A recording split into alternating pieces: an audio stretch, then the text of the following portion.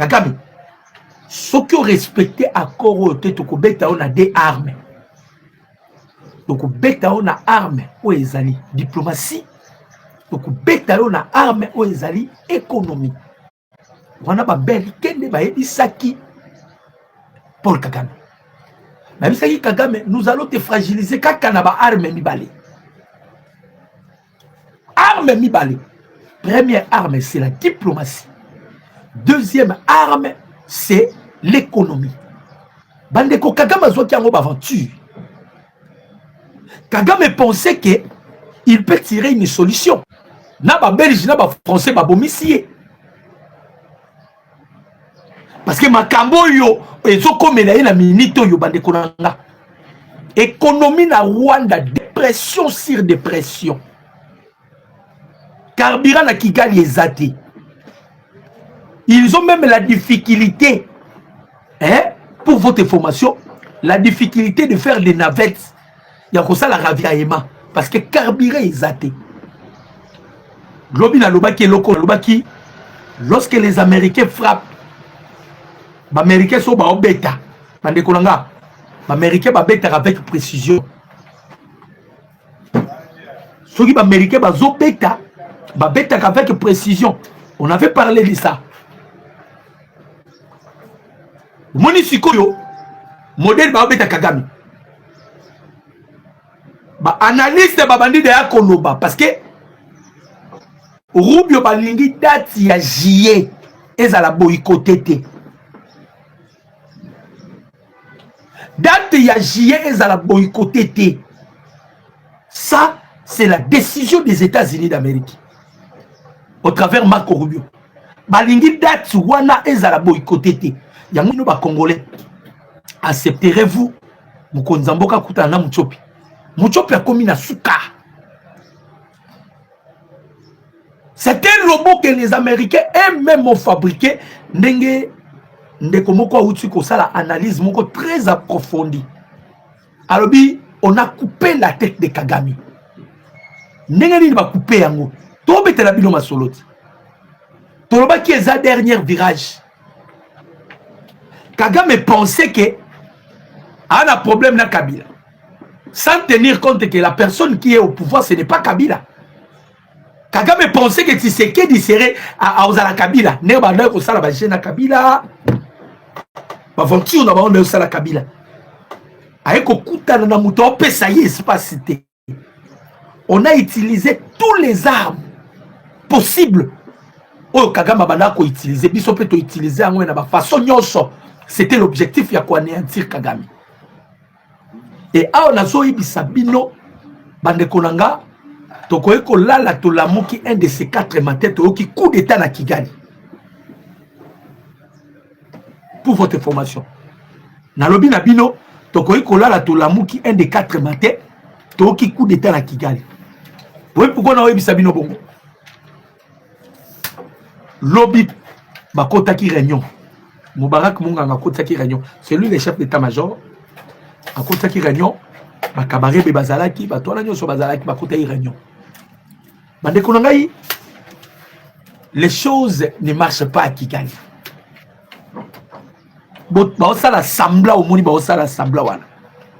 Les choses ne marchent pas à Kigali.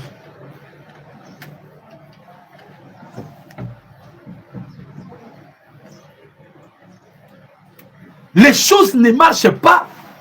Les Américains vont affaiblir Kagame dans des armes. Le premier arme, les Américains, ils avaient utilisé d'abord la frappe à sorte que Kagame a niatasso l'américain.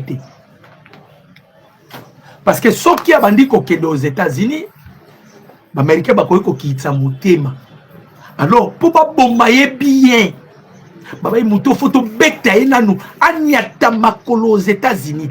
On est qui premier. Deuxième. Sur le plan économique.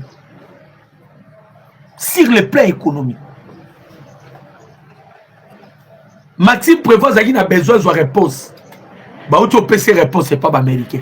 Na autant qu'il a une réponse à américain à ce qui concerne la FTLA. Bande koto aimer to commenter to partager. J'aime ça c'est tout le cateau aimé pour que notre direct soit la sécurisé. Tout multiplier ba j'aime. Union européenne bande konangai boyo kana no makambo somo ya Union européenne. Ah nazo bisabino awa. Na 2030 l'Union européenne a causé la difficulté à minerais. Entre autres minerais stratégiques. Ba réserve na bango est commis déjà qu'on s'est vidé. Ils n'ont plus de minerais. Donc nenge zaboye et loko ba kotaka ganyo balobaka ceux qui te perdre ba colonne na biso na Afrique. Bana na biso to ba koko ya bana na biso ba kokende koluka mutsala na Afrique. C'est ce que nous allons voir. Batindi délégation 3 fois le président Tshisekedi d'abord koyamba ba délégation Union européenne. Président Tshisekedi aboyi koyamba bango. Yango bomoni Maxime prévoit bimi aloba biloba loba mais ba pesi réponse. Qu'est-ce qui se passe avec l'Union européenne? Na réunion na bango ba koti balobi mutalukeli biso makambo ezana ni Emmanuel Macron. Le fait que Macron a pris Kagame parce que ba américain ba boaki Kagame, Macron a joué Kagame a joué sous forme ya ko héberger sous forme à ko salaye afin adoptif. Les Américains pour na bango ba mona kiango za insulte. Na zo épinglé maloba bolo saloba qui payo écouter lema. Ce pays sera frappé par les États-Unis d'Amérique. Ce pays sera frappé par les États-Unis d'Amérique.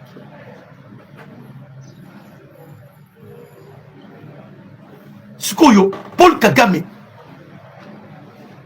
abengi bandeko ya Afrique wana.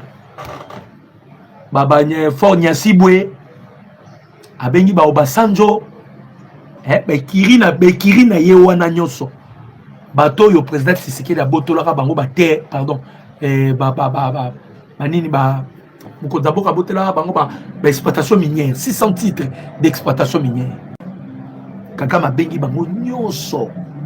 Abisi bango nous devons créer quelque chose tout ça en sorte qu'il n'a coûté na Tshisekedi parce que lobby a après a coûté encore na président Tshisekedi to solo en africaine. Président Tshisekedi paie à lobby Lambalia. Pourquoi Bazoluka? Parce que Kagame a se rendre compte que ce soit l'Union européenne, que ce soit la France et la Belgique, bateau ba osala ke eloko elongwa ezate si ce n'est que Tshisekedi. Maintenant, ils veulent nous embobiner dans ma bêtise. Voilà pourquoi même les délégations, il n'y a pas président Tshisekedi. Le président Tshisekedi a refusé catégoriquement de recevoir la délégation de l'Union européenne. Bogoyato solana bino nini. Tant to bande ko lukape. Bino bopelisa ki moto. C'est ça le langage que le chef de l'État utilisait. Quand on avait cherché la paix, vous c'était le feu que vous avez allumé. Maintenant aujourd'hui, les États-Unis se positionnent et nous sommes n'a pas vers l'avantage de la République démocratique du Congo. Bande koba congolais. Lobby lisusu. Lobby. Congrès américain bimisi rapport. Ah nzambe na ngai. Ba M23 bomita la souka na bino. De konga ite. Congrès américain bimisi rapport. Lobby. Rapport à bimisi. Bazui lisusu RDF bakoti si bango na kati. Hein? Ba koti si RDF na kati. Donc ça blaguité bande kolanga ba congolais. Boyo ka rapport. Ah tozo bisabino, c'est la chute libre de Paul Kagame. Hein? C'est la chute libre. Boyo ka bande kolanga bino moko. To aimer to commenter, to partager ba lien. Un rapport du département d'État américain transmis au Congrès. Balobi bien, un rapport du département d'État américain transmis au Congrès accuse le RDF, donc la force de défense rwandaise. Quoi? Le RDF c'est la force de défense rwandaise et le RCD Goma d'opération de répression Babandiko Bimisa Bamakamba 2002 contre les Banyamulenge au Sud Kivu. Il évoque village incendié, déplacement, arrestation, violence et disparition forcée. Par rapport au Yakala, lobby département d'État américain Bimisiango. C'est-à-dire, les Américains bazo Lukababeta Kagame, mais ils veulent avoir de preuves. On va bétailler. Bonjour, on blaguer. Rubio l'avait dit, on va humilier Kagame plus qu'on a fait avec Maduro. Question Zaga s'est posée des bandes de Congolais. Maduro, la Chine avait crié. États-Unis, Botika Maduro. États-Unis, Botika Maduro. La Russie avait signé, avait crié. Maduro est où? Maduro Azawab.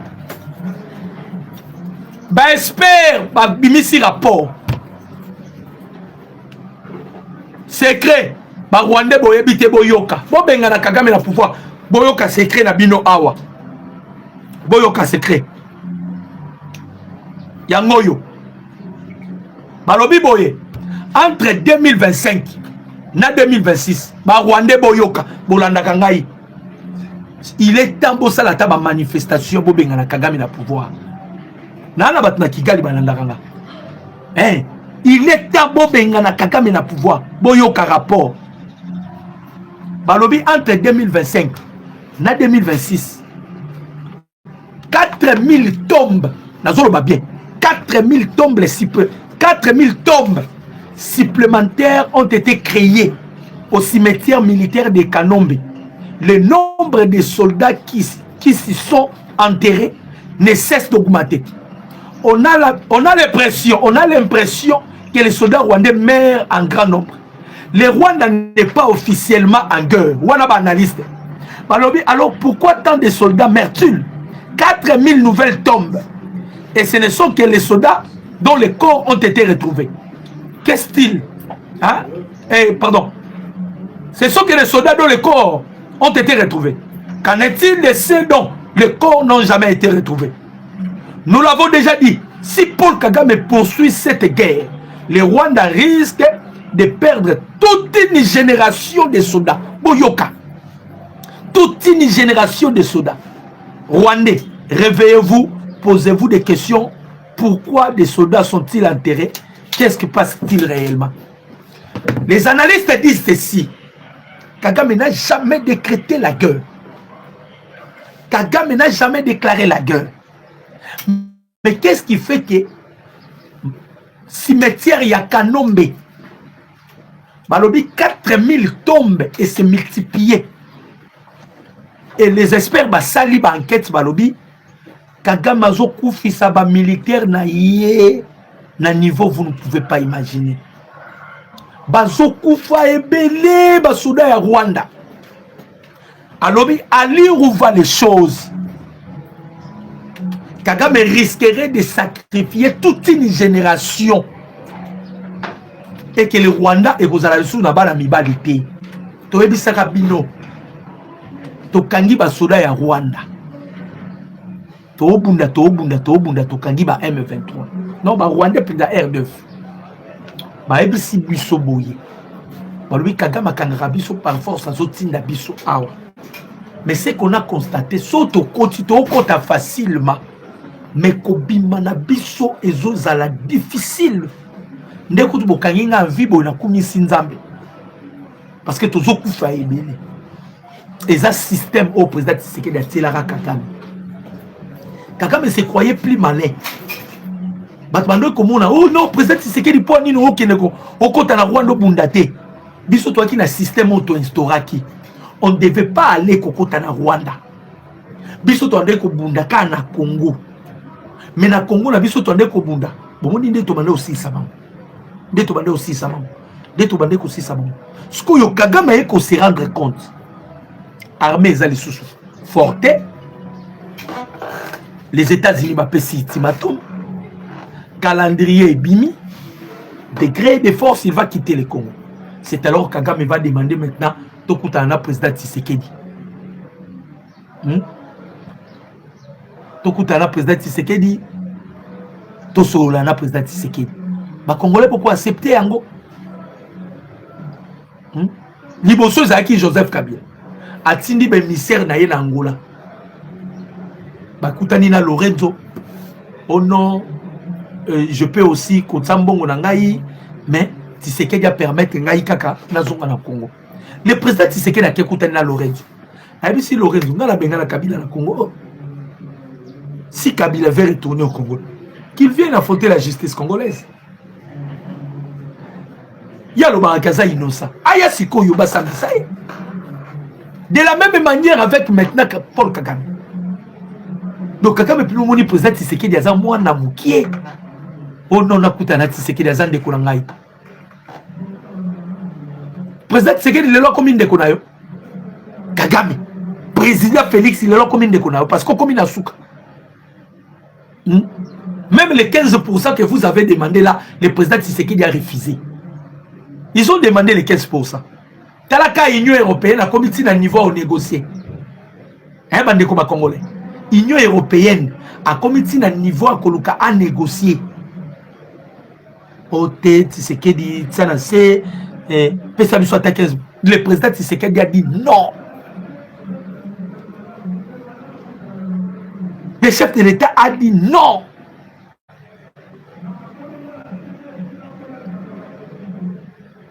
Yango moni bake koluka ba obasanzo banani banani. Président Tshisekedi est catégorique. L'union tozanango peuple congolais. Si o to sali blague to tengami na lignée oyo to kufi. Les qui sont déjà derrière nous. Que la Belgique parle. Ba pays États-Unis abimisi déjà calendrier na ye. Batouana sko tellement baebi déjà que ba perdant. Baebi déjà que ba perdant. Babani ko lela munoko mboka ti. Ba komo lela munoko mboka. Munoko mboka sko ba olela nini. Ba satanda kite makambo ko koma ndenge komi lelo yo. Na batan o eza batan so ko yamba Union européenne te bazoye la biso distraction. Les Américains, ils ont déjà opté sur la libération de la République démocratique du Congo. Ils ont donné aussi des conditions. Na ba pays union ce que ça travé. Pays à cause la blague. Les États-Unis vont les frapper. Yango moni bato wana nyoso. Bas, ba vandi ka kimia. Boyo kana makambo le kilo bina goma. Bon multiplier ba j'aime. To aimer to commenter to partager. Boyo ka makambo le kina goma lobi.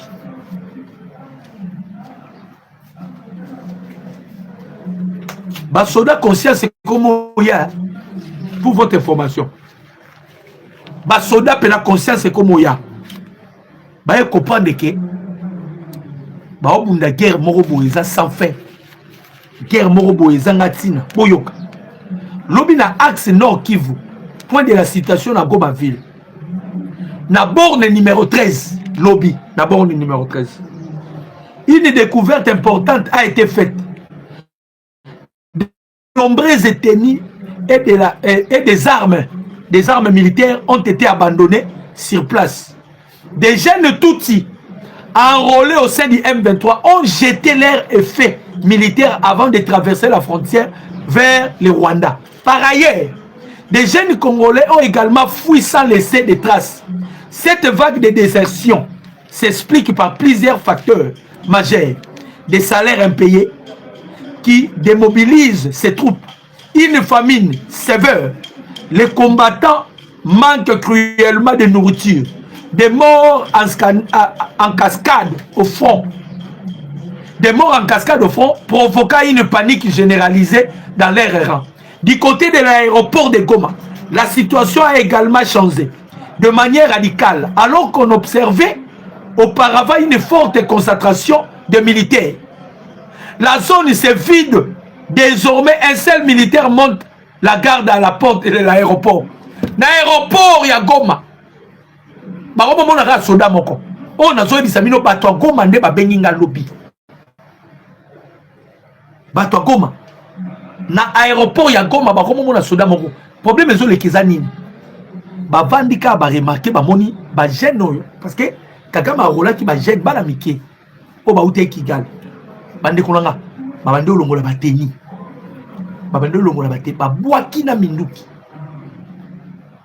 bakati si na po bayebi moi nzela na bango ya Rwanda na Goma non ya frontière ezali bakoti bazongi na bango Rwanda bakoti bazana ba congolais na biso pe bakangaki par force na ba commune eza peuplé na Goma bango kutu bakima sans trace.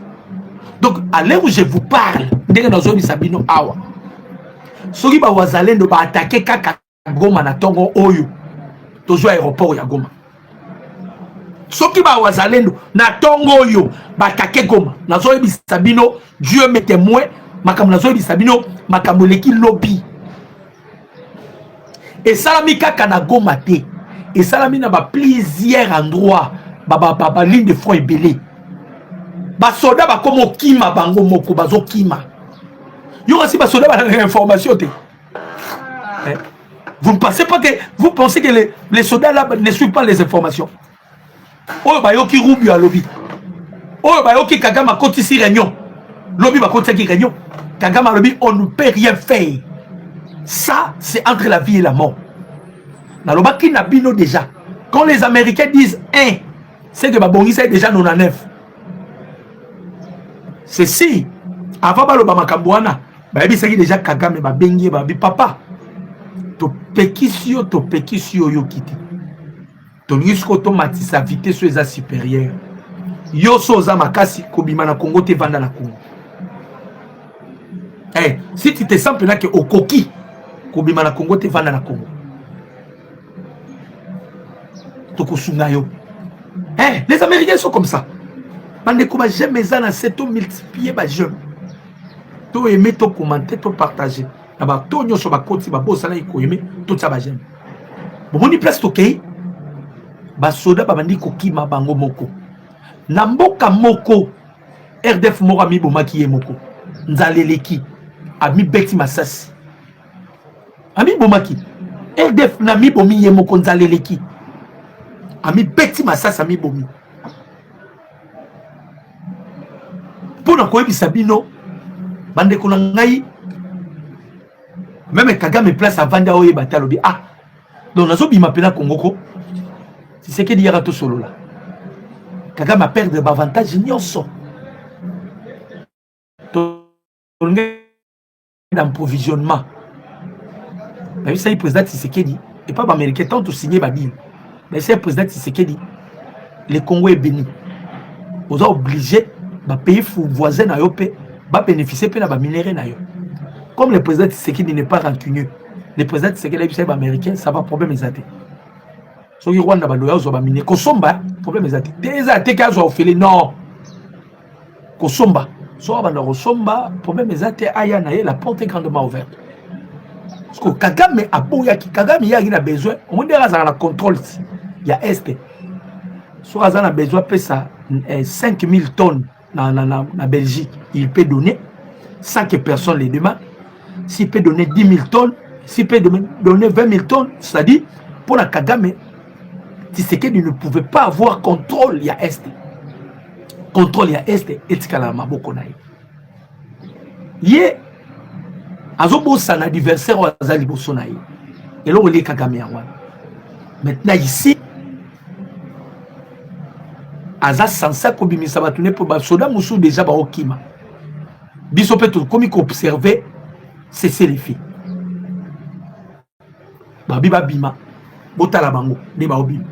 To comment observer cesser les filles. C'est ce qui fait que na Goma lobi basoda bango nyonso babimi. Bazo kima. Bamsu bazo kota na bazamba, bamsu bazo kibidoki baboyi na bango babwaki bateni. Baba obunda lisute bakufi tellement trop et bazokufa sans arrêt bakufa rakaka so bakoti bakufi so bakoti bakufi à la fin de compte parce que peut-être Kagame lorsqu'il faisait la guerre il pensait quand il faisait la guerre il pensait que nengazo sala bitumana biso quand on fait la guerre donc arobimata otika la libela yango moni activaki ya kotisi mituka donc pour na Kagame zalaki le moment était venu to balkaniser Congo. Ndebobonaka Joseph Abimaka, on doit soudaniser la RDC. Donc c'est ça que le moment déjà qui prémédité. Ah non, d'être aussi opportunité au côté Goma Nous avons eu l'opportunité quand à Bukavu de réaliser qu'un rêve na biso. De réaliser rêve na biso. Rêve ezaki nini? Akata Congo. Ateba effort, papa. Bakati essoufflé. Et pas américain. Si papa mboka onoza eza mboka bato. Mboka ba congolais. Tozo senga na yo kanga bisaka bima Congo. Kanga bisaka bima Congo. Kagama leli ba américain ba bisiye toza kunate. Kanga bisaka bima Congo. Skoyo na ba soda nyoso perdre. Otiko lo zwata mabele ya Congo te. Nani a perdre na minute. Qui est de plus en plus perdant. Parce que toi tu pensais faire la guerre avec la RDC, ça permettra à sorte que Ozwata Kiv, mais ba mindele balobi na bima, eza mabele na hote. Ayaka ganga, oh non, la Belgique a commis l'erreur, tant ba osa la partage Afrique, mabele à Rwanda et kotaramba na RDC. Monique Mundela a mieux informé que les Kayo Kagame. Ok, Marco Rubio le oh non, si c'est qu'elle dit, tu vois. Kotoyo, Foboti que la Rwanda, Boyoki Balobi Atabongo. On a dit à Rwanda de quitter les sols congolais. De quitter les sols congolais. Et l'autre, ils ont soit Kagame. Donc Kagame a mis Monique Anzambenanga. Erreur Nina Sali. Ndeko Sotu Nangai, Dr. Boni Rubaya. Ndeko. Tango Kagame Bazoe Bise Abima Congo. Mais Azobi m'appelle Rubaya. Hein? Tant que Kagame, il doit quitter le Congo. Vous pensez qu'il va seulement quitter Goma Bukavu? Même Rubaya, il va quitter. Bandeko, la date butoir est là. La date butoir est là. Et cette date ne changera pas. Date tu vas changer. C'est une date butoir. Et qu'on change.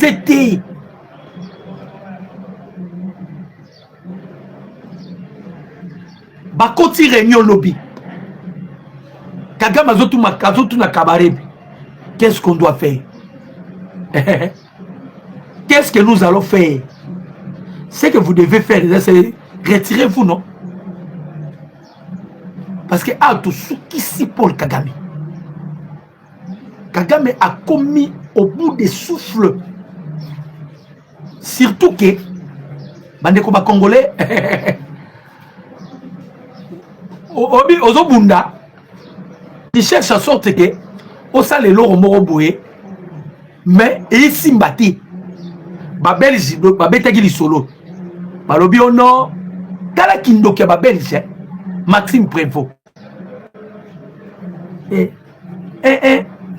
un ministre inutile. Hein?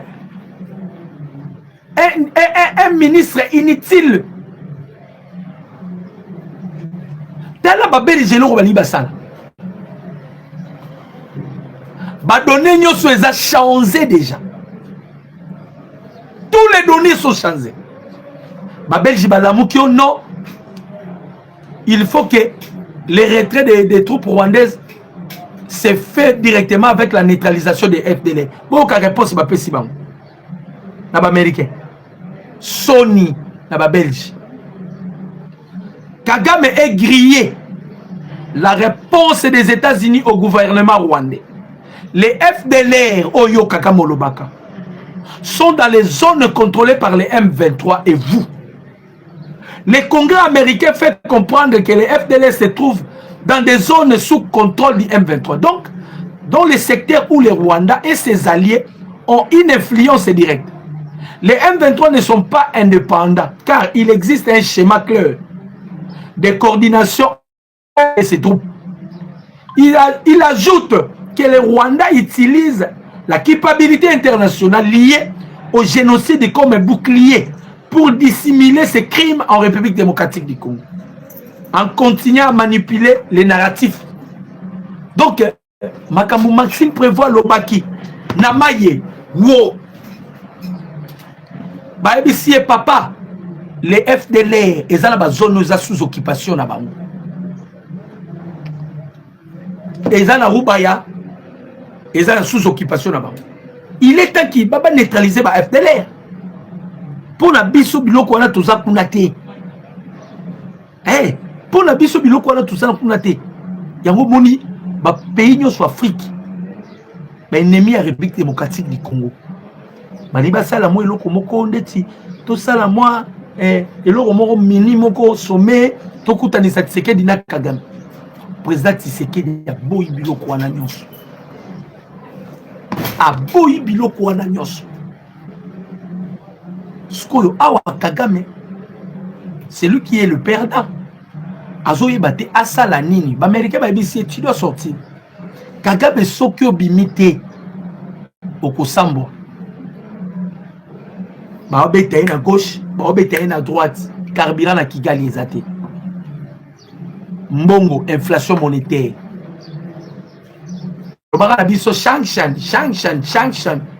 Moni sanction place memio. Il voulait sous-estimer les États-Unis d'Amérique sans tenir compte que c'est un robot que les Américains ont créé.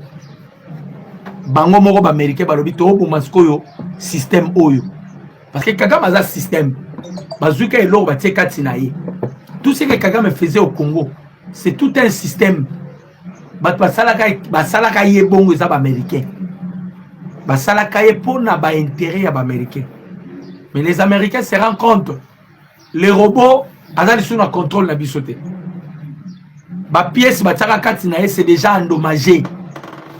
Lokola ba pièce c'est endommagé et perturbé mutu na ye. Akomi ko sala makambo en dehors ya bato ba créa ki ye. Donc voilà pourquoi les Américains bazana obligation à koboma ye. Maman nanga bi Kagame maza malédiction pour na Rwanda. Effectivement. À côté si Kigali na KO. À côté si Kigali na KO. Na lobi na bino. Bandeko, imaginez-vous. Soda et rebelle à Ofutamate. Moko bakanga ki na Goma oyiba téléphone. Rebelle. Via passe. Pourquoi vous êtes venu faire la guerre en République démocratique du Congo? Pourquoi vous avez décidé de venir faire la guerre en RDC? Pas si ba okokalisu sous te pema. Vie komi bango bololo. Asalaki par tous les moyens bande konanga. Na ba Clinton, ba Barack Obama, bande ko pousser Kagame à saboter accord à Washington. Ah siko bando betaye. Oki Clinton a lobby. Oki Obama a lobby. Batiki Kagame yemo na kati sanga. Na Emmanuel Macron. Batiki ba on na kati sanga. Macron ne peut rien faire. Ati na batte pas président Tshisekedi na bengani ba on na Oya. Abina Oya mamutu na Oya bobima. Ati na président Tshisekedi bobima na mamutu te. Tozaki na besoin na bino. Bonne ko sala ba aventure. Même Kagame se rend compte que au makambo pesi la. Oui, makambo pesi la. Makambo pesi la. Côté les sous ya Walikali. Balobi, les combattants Wazalendo affirment avoir infligé de lourdes pertes de l'armée rwandaise environ du village Ioula dans les territoires de Walikali lors d'une tentative de débordement signalée ce dimanche. Ezaki Lobby aurait opposé les positions aux forces adverses dans des zones stratégiques du Nord Kivu na Walikali. Babami babetami à la fin des comptes bazumi bango za soke yindi eloko liboso balongola ka teni bateni soke yindi balongola ka bateni so balongoli teni se bali bakima mbango bakende awa to beti bango bazonga awa to beti bango. Vous ne voyez pas que Kagame a la crise cardiaque? Vous ne voyez pas que Kagame a la crise cardiaque? Ndé loko la CPLK na réponse ya Congrès PC. Et lobby FDLR et zaba zone au kaba M23 baza. le temps abandé koloba aboye kuto kokene gauche droite Marco Rubio aboye kokene gauche droite parce qu'il y a un fonctionnement à Batouana. Rubio kene gauche droite était bateau bazaba aventurier donc il y a un FDLR et l'autre l'embisi lobby il comptait sur ba FDLR mais tant que lobby a eu réponse à ba FDLR Kagame limbi amina na place au kimelate atana ke pa ba FDLR ezaka liwa na kene mopanzibo ezaka liwa siko to rosuki la wapi nde bakota ki réunion bakoti réunion ba kabarebe ba d'ailleurs ba James ils ont tué des Hutus bayebi ke soki ba Hutu bazongi à la tête du Rwanda ça serait la vengeance. Ça serait la vengeance. Hypothèse, il y a ba FDLR, ça n'a pas marché. Option à Bango, ils ont créé chaos. Bako créer chaos nengenini. Bazo koti ça trouble et pas y a ba IM23 bako si trouble et pas y a ba F bako si trouble et pas y a ba nani bako. Imaginez-vous lobby Bertrand Bisi moyen Bertrand Bisi mo komi na Goma pas pesi mama mais bakanga batana ba poche nyoso nanga bakangi bango ah ndeza bo ba kote bon lelo ne ba kote ba en prison kaka dali pamba boy Bertrand Bisi me donne l'ordre. Cela prouve que nanga ndaza cible na mito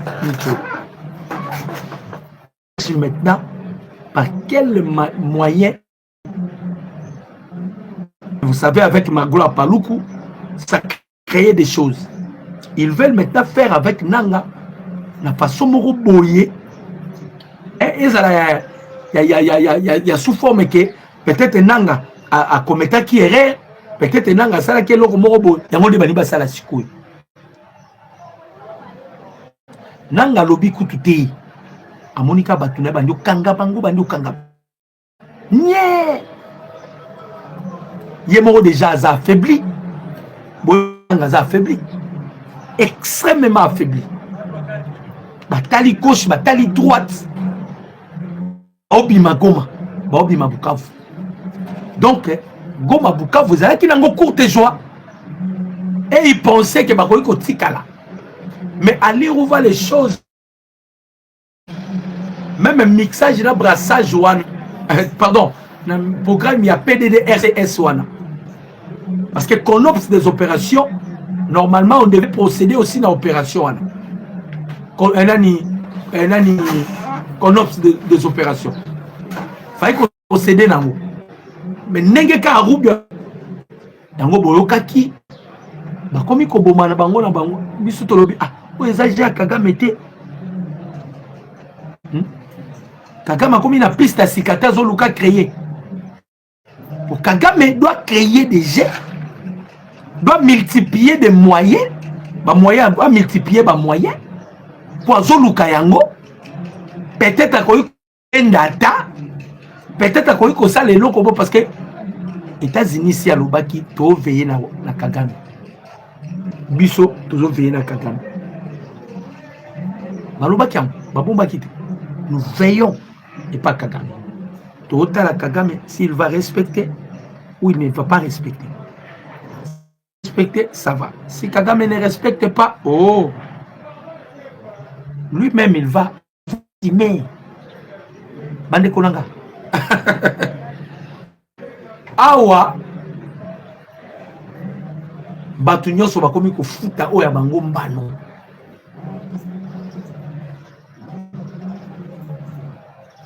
Où déjà les soldats à Goma Baokima. Vous ne voyez pas que même la vie de Nang est comme en insécurité. Tout solo la nan. Aéroport, tout le monde est au gardien. Kagame, toi tu avais dit que tu ne vas pas quitter le Congo. Tant que la cause est profonde, et ça nous traiter, moi je. C'est ce que Kagame a réussi à faire. Il faut pas traiter la cause profonde. Ceux qui vont traiter la cause profonde, c'est alors qu'on a quitter. Cause profonde des années, non, ma belle. Ah, mabele, ça va. Mabele. Au signaka nana ni contrat mabele wana. Oh, na signaka, ça va, problème ça. Américain ba vandi ba zelie titi. Babimise les rapports. Na place ba luka. Ba kitana maramla mabele, mais ba américain babimise les rapports. Babimise les rapports ba lobby, papa, bima nde na Congo sikoyo, bima.